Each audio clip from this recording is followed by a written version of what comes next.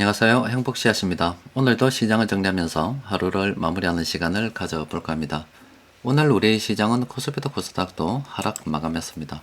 코스피는 0.52%, 그리고 코스닥은 0.37% 하락 마감했습니다. 시장 수급을 들여다보면은 코스피, 코스닥 둘 다 개인들만 순매수를 했습니다. 그 외국인하고 기관들은 조금 관망하고 있는 그런 분위기입니다. 그럼 외국인하고 기관들이 무엇을 기다리고 있느냐? 바로 6월 18일이 되면은 이건 미국 시간입니다. 그 미국의 5월 소매 판매 지수가 발표가 됩니다. 만약에 이게 시장 예측보다 좀 더 낮게 나온다 그러면은 정말로 물가가 잡히고 있고, 또 그렇게 된다면은 미국의 이 금리 정책 방향도 바뀔 수가 있겠구나, 이렇게 생각해 볼 수가 있겠죠. 그래서 저게 어떻게 나오는지 시장이 좀 지켜보고 있다, 이 말이에요. 저게 왜 중요하냐면은 미국의 뭐 소매 상품 그리고 서비스 판매를 갖다가 종합적으로 측정하는 거라서 그렇습니다. 전체적으로 보면 한 13개 정도 항목이 있는데, 그 중에서는 자동차가 한 20% 정도가 돼요. 이게 제일 크고, 그 다음에 식음료도 있고, 또 그리고 종합 잡화, 또 그리고 음식료, 뭐 술 이런 것도 포함돼 가지고 쭈쭈쭈쭈 돼서 마지막으로는 한 뭐 전자제품 판매 이런 거 한 2%까지 포함이 되어서 전체 100으로 이제 구성이 됩니다. 일단 이게 조금 둔화되는, 그 시장의 예상보다 좀 더 낮게 나온다, 이렇게 되면은 시장에서 다시 좀 환호할 수가 있겠죠. 우리도 요거 좀 관심을 가지고 살펴볼 필요가 있겠습니다. 시장에서 끈덕 걸리는 세력들이 좀 관망하는 분위기다 보니까 전체적인 수급도 뭐 그렇게 좋지 않았는데, 오늘 하나 특별하게 조금 눈에 띄는 게 있었습니다. 바로 이 운수 장비 쪽입니다. 여러분들께서도 이미 왜 저렇게 오르는지 다 뭐 뉴스를 보셔서 아시겠지만은 현대자동차 인도법인이 상장을 한다 그래요. 상장을 하게 되면은 쳐서 돈을 좀 챙겨 가지고 오는데, 그게 현대차 현재 뭐 시가총액이 한 30% 정도 되지 않을까, 이렇게 예상을 하고 있다 그래요. 돈이 들어온다 그러니까 또 그럴 것 같으니까 현대차가 오늘 많이 올랐습니다. 현대차만 오른 게 아니고 기아차도 올랐죠. 그런데 굉장히 이런 좋은 뉴스 넣을 때는 항상 조심해야 된다라고 여러분들께 말씀을 드렸죠. 현대차, 기아차는 이럴 때 좋았고, 또 이럴 때 기회가 있었고, 또 그 이후에도 이때 뭐 추세로 치면은 하락 추세 평범한 구간으로 떨어진 적이 있었어요. 그래서 여러분들께 여기에서 상승 평범으로 바뀌는 순간에 관심을 가져봐야 된다, 그런 이야기들을 예전 요 부분에서 했었어요. 최근에 뭐 관심을 가지려 그러면은 늦어도 이때쯤 관심을 가져봤었어야지, 오늘 관심을 갖는 것은 아니다, 이 말입니다. 기아차 역시 마찬가지입니다. 뭐 오늘 시장에서 좋은 뉴스 나왔다고 해서 막 들어가면 굉장히 곤란합니다. 그 이와 비슷한 것들이 여러분들 이미 많이 경험해 보셨지 않습니까? 저기 이사전지 테마로 이미 많이 경험해 보셨고, 또 오늘 시황을 통해서도 뭐 최근 시황을 통해서도 간간히 말씀을 드렸는데, 미국의 뭐 주식 시장이 뭐 우리나라보다 낫다, 그래서 사람들이 뭐 한국 주식 대충 정리하고 미국 쪽으로 간다, 이렇게 이야기하는데, 참 그게 참 이야기하기가 쉽지 않아요. 여기도 자세히 보시면은 이렇게 오르는 구간이 있고요, 또 이렇게 좀 떨어지는 구간이 있고, 다시 또 이렇게 오르는 구간들이 있죠. 이렇게 오르는 구간에서는 뭐 경제 지표도 그렇고요, 전부 다 좋게 나옵니다. 뭐든지 좋게 나와요. 당연히 이게 투자 성과로 치면은 당연히 올랐기 때문에 좋게 나오겠죠. 그래서 이미 미국에 투자를 해서 주식을 들고 있다 그러면은 뭐 좋은 성과 나왔기 때문에 뭐 좋은 성과다, 이렇게 이야기할 수 있는데, 이미 투자한 사람들이 좋은 성과가 나왔기 때문에 나도 지금 들어가면은 좋은 성과를 낼 수 있을 것이다, 이런 기대는 굉장히 위험하죠. 그런데도 사람들은 그쪽으로 갑니다. 그게 말하는 거하고 또 실제 행동하는 거, 또 그리고 머릿속으로 아는 것과 또 실제 행동하는 거, 그런 갭 차이가 굉장히 많이 나는데, 그거는 경험해 봐야 합니다. 항상 이 투자라고 하는 것은 사람들이 관심을 가지지 않을 때, 그런 좋지 않은 뉴스들이 나올 때 그때 기회가 있는 거예요. 여기 뉴스에서도 보면은 요즘 보면 이런 것도 있어요. 뭐 만리장성을 넘어 자유의 여신상까지 해서 수출 다변화라 해서 뭐 일부 제목은 나왔는데 바로 저기는 우리 화장품 관련주들 이야기입니다. 그럼 이 화장품 관련주는 다시 이제 조금 곽강을 받고 있는, 최근 들어서 주가도 좀 올랐잖아요. 그런데 그 한때 중국에서 사드 보복이니 뭐니 해서 까볼 때 중국도 비중도 많이 높았고 또 중국 매출 영향도 많이 받았던 그런 시절에 갑자기 중국에서 안 산다 그러니까 엉망이 됐다 아닙니까? 그러니까 화장품 관련 종목도 주가가 많이 떨어졌었어요. 그런데 뭐 중국이 안 된다고 해서 뭐 전 세계 팔아먹을 데가 없는 건 아니다 아닙니까? 당연히 기업이 살아남으려 그러면은 또 새로운 시장을 찾아다니겠죠. 그러니까 그 결과 조금씩 성과가 나기 때문에 이런 기사들이 나오는 거예요. 그러면은 그럼 지금 화장품주 괜찮느냐? 뭐 나쁘진 않아요. 나쁘진 않지만 앞으로 뭐 안 간다는 이야기가 아니라 한참 이래 중국 쪽으로 잘 나가다가 안 좋아서 떨어질 때 지하실 파고 들어가던 그런 시절이 있었습니다. 아무도 쳐다보지 않던 그런 시절이 있었다고요. 그때가 좋았을 때지. 지금 이제 성과가 나타나기 시작하니까 이런 뉴스들도 막 나오기 시작하는 거예요. 그러면은 사람들은 항상 이렇게 뭐 성과가 나타나고 뭔가 좋아 보일 때, 포장이 되어 있을 때, 그때 자꾸 접근하려고 그러는데, 그건 투자로 보면은 굉장히 좋지 않은 투자 습관이라고 볼 수가 있겠습니다. 항상 투자라고 하는 것은 참 남들이 그들도 보지 않을 때 항상 기회가 있다는 것을 항상 기억하고 계시기 바랍니다. 자, 세력들이 오늘 공통으로 매집한 종목이 바로 8개 종목이 있어요. 자, 이런 종목들 여러분들께서 한번 살펴보시기 바랍니다. 또 그리고 또 하나 음식료, 뭐 최근에 뭐 KF도 열풍이라고 해서 엄청 올라가는데, 이거 저 투신하고 이건 연기금인데 연기금 수급입니다. 연기금도 오늘 엄청 매수했고 세력들이 들어오니까 또 이만큼 올랐어요. 연기금은 한 3월 말부터 시작을 했고 투신 쪽은 한 4월 딱 되자마자부터 매수를 하기 시작했더라고요. 어쨌든 뭐 세력이 동시에 들어오니까 뭐 이렇게 올랐죠.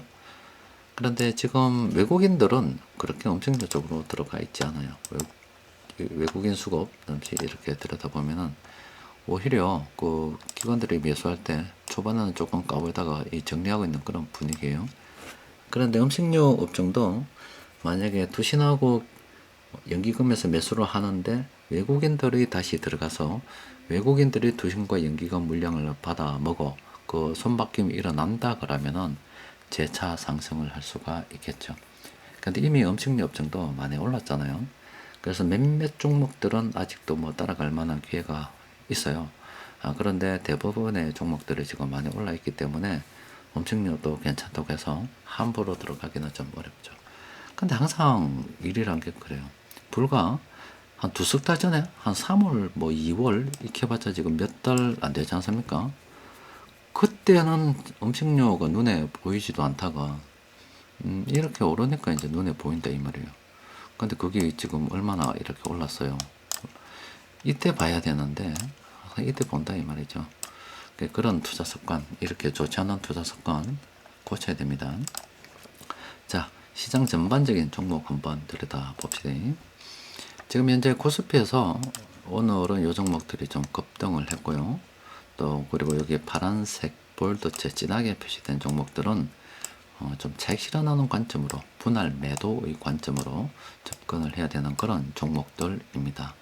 이 종목들이 뭐 지난번 시장에서도 말씀드렸지만 여기에 갑작스럽게 뭐 등극을 하고 이름을 올린 게 아닙니다. 이 종목들도 요 바로 직전에는 여기에 위치했었고 그 이전에는 여기에 위치했었고 또 그 이전에는 여기에 어디쯤 있었습니다. 그러다가 세력들이 매수를 하니까 점점 자리를 옮겨서 하나하나 이동을 해가지고 이까지 오게 된 거예요. 근데 또 말씀드리지만 이상하게 이때는 관심이 안 가고 이때 관심이 간다 이 말이에요. 그런 투자 습관 다시 말씀드리지만 고쳐야 됩니다. 자, 세력들이 오늘 쭉 매수한 종목들 중에서 관심을 가져볼 만한 종목 여기서는 일단 없습니다. 좀 내려가 보니까 국제약품 앞서 저기서도 나왔었는데 뭐 이 종목도 접근하기는 조금 어렵고요. 근데 여기 이제 빨간색으로 되면은 이거는 매수 관점에서 접근해도 된다라고 말씀을 드렸지요. 간만에 한번 나왔어요. 그래서 이 종목 뭐 괜찮아요. 이 지점은 빨간색도 있고 또 오늘은 총 쏴도 되는 그런 지점이고 상승 이력도 있다라고 봐야 되겠죠. 그럼 이건 이제 기술적으로는 조건이 다 갖추어진 겁니다. 총 쏴도 돼요. 그럼 마지막으로 점검해야 될 부분이 뭡니까? 바로 이 종목의 현금 흐름을 살펴봐야 되겠죠. 재무 상태가 괜찮은지를 살펴봐야 됩니다. 그런데 아무리 이렇게 조건이 좋다 하더라도 이 종목의 재무 상태를 살펴봤을 때 좋지 않다 그러면은 그냥 버리는 게 좋습니다. 무조건 뭐 기계적으로 담보로 들어가는 게 아니라 꼭 마지막 단계에서는 그 현금 흐름 확인해 보는 게 좋습니다. 그리고 뭐 서현 이화 이 종목도 있는데 이것도 현 시점에서 들어가기가 곤란하고 세방도 좀 곤란하죠. 코스피에서 더 이상 없습니다. 대충 끝. 자, 그리고 이제 코스닥에서 보면은 코스닥에서 오늘 이 종목 조금 오른 종목들이고 여기도 보면 엄청요라든지 기관들 올라가니까 비스무리한 종목들 뭐 개인들을 올려서 작전주의 좀만한 세력들 있잖아요. 걔들이 까불고 있는 종목들도 좀 있어요. 이 종목들을 하여튼 조심해야 되는 거예요. 뉴스들도 많이 나오고 또 유튜브 같은 데 추천도 많이 넣을 수도 있는 그런 종목들입니다. 요거도 마찬가지고 항상 사람들이 관심을 가지고 달라들 때는 조심해야 됩니다. 지금 화면에서 볼만한 종목은 빵개입니다. 한 종목도 없죠. 코스닥은 웬만하면 뭐 추천해드리고 싶지 않다라고 말씀드렸죠. 내려가 보니까 뭐 코스닥도 보니까 뭐 불도체 표시되는 종목이 없죠. 그러니까 오늘은 관심을 가져볼 만한 종목들이 없습니다. 없어요. 기관들 같은 경우는 미국의 경제지표 보느라 조금 관망하고 있는 분위기이고 또 운수장비 쪽은 오늘 올랐지만 이거는 현 시점에서 접근하기 좀 곤란한 그런 상황이고 음식료는 지금 많이 올라서 접근하기 좀 곤란한 시점이고 음식료가 앞으로 더 갈 수 있다 그러면은 바로 이 투신하고 연기금 쪽의 물량을 그 외국인들이 받든지 아니면은 뭐 같이 매수하든지 되면은 정말로 크게 음식료가 앞으로 더 나아갈 수가 있겠죠. 여튼 오늘 시장 전체적으로 돌아봤을 때 관심을 가질 종목은 일단은 하나도 없는 걸로 보유하고 있다 그러면 여러분들께서 주식을 항상 제로 베이스에서 시작하는 게 아니라 이미 들고 있는 상태에서 지금 이런 시향을 보는 거 아닙니까? 그러면은 이미 보유한 종목들이 음식료에 포함이 된다거나 아니면 자동차에 포함이 된다거나 그러면은 그냥 계속 보유죠. 아직도 계속 보유하는 게 낫겠죠. 또 그리고 우리 집에 애들한테 한번 이야기한 게 있어요. 집에 애들 같은 경우는 오랜 기간 이 투자에 대해서 가르치고 있는데 걔들도 제가 지금 옆에 있기 때문에 아빠의 도움으로 그런 투자를 진행할 수가 있는데 그럼 걔들 같은 경우도 늘 제 옆에 있을 수도 없고 또 제가 항상 챙겨줄 수 있지만은 않잖아요. 그럼 어느 순간 판단을 해야 되는데 그때 애들한테 이제 몇 가지 이야기를 한 게 있어요. 만약에 네가 이제 주식을 공부하면서 여기 보면 타임샵 같은 거 이렇게 보면 종목 이런 거 보고요. 보면 여러 가지 이 찍히는 것들 있지요. 찍히는 것들 있잖아요. 이런 것들이 아빠가 생각한 것보다 더 나은 걸 찾으려고는 일단 하지 마라. 그냥 이게 정답이니까. 만약에 더 나은 걸 갖다가 찾아보고 싶다 그러면은 적어도 아빠가 공부한 시간보다는 더 많이 할 수 있겠다는 결심을 가지고 해라 라고 이야기했어요. 근데 그게 아마 불가능할 거다라는 이야기를 했어요. 왜냐면은 저는 오랜 시간 계속 책을 붙잡고 있는 사람이라서 공부를 갖다가 계속 해왔죠. 그런데 그만한 시간을 가지고 애들이 이제 공부를 할 수 있겠네 말이죠. 그거 아빠가 공부한 걸 지켜봤기 때문에 그 이상 공부할 자신이 없다 그러면은 새로운 거 찾지 말고 그냥 있는 그대로 해라. 그 이야기를 하나 해준 게 있고 또 다른 거는 사람들이 관심을 가지지 않을 때 해야 된다라고 이야기를 했어요. 그래서 다른 거 보지 말고 복귀를 하는 게 좋다. 현대차 같은 경우도 우리 애들이 매수한 지점이 딱 요 지점입니다. 요 지점에서 매수했습니다. 요 지점. 그럼 사람들이 현대차에 대해서 그렇게 관심을 가지지 않았고, 또 그리고 이때는 코로나로 인해서 시장이 좀 급락했었던 그런 시점이고, 이때 매수를 해서 지금까지 들고 있어요. 이때 매수할 때 마음은 10만 원이 좀 안 됐지만 공 하나 더 붙어서 100만 원이 간다 사고 생각하고 들고 있었죠. 그래서 우리 애들은 뭐 100만 원이 될지 안 될지 모르겠습니다만은 이때도 팔아먹지 않았고 이때도 뭐 추가 매수는 없었어요. 그냥 계속 들고 있었습니다. 배당받은 걸로 다른 걸 매수를 했었습니다. 그 이외에도 또 에스오일 같은 경우도 그때 에스오일 같은 경우도 한참 뭐 ELX 녹인 이런 이야기들이 나올 때가 있었습니다. 그때가 한 2014년도, 2015년도 그때쯤 될런지 모르겠는데, 그때 에스오일도 주가가 한참 떨어져서 거의 10년 전 수준으로 주가가 굉장히 떨어졌을 때가 있습니다. 그때 에스오일을 매수해서 지금까지 들고 있죠.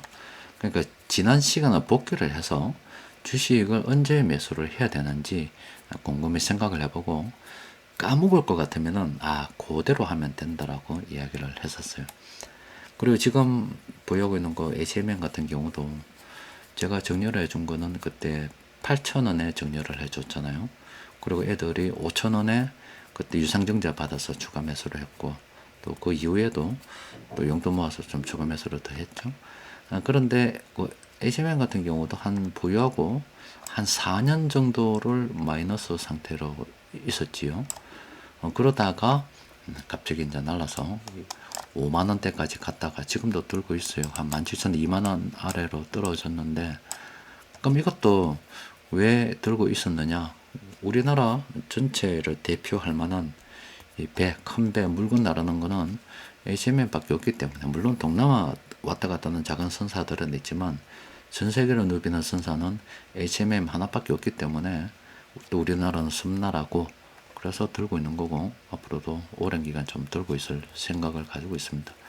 그래서 투자에 대해서 이렇게 이야기를 갖다가 자주도 해주지만, 뭔가 잊어버리고 자꾸 헷갈릴 때 지나간 내가 언제 매수했는 거를 자꾸 쳐다보고 그때 상황을 생각해 본다 그러면은 언제 매수를 해야 될지 이제 명확해지게 되는 거죠.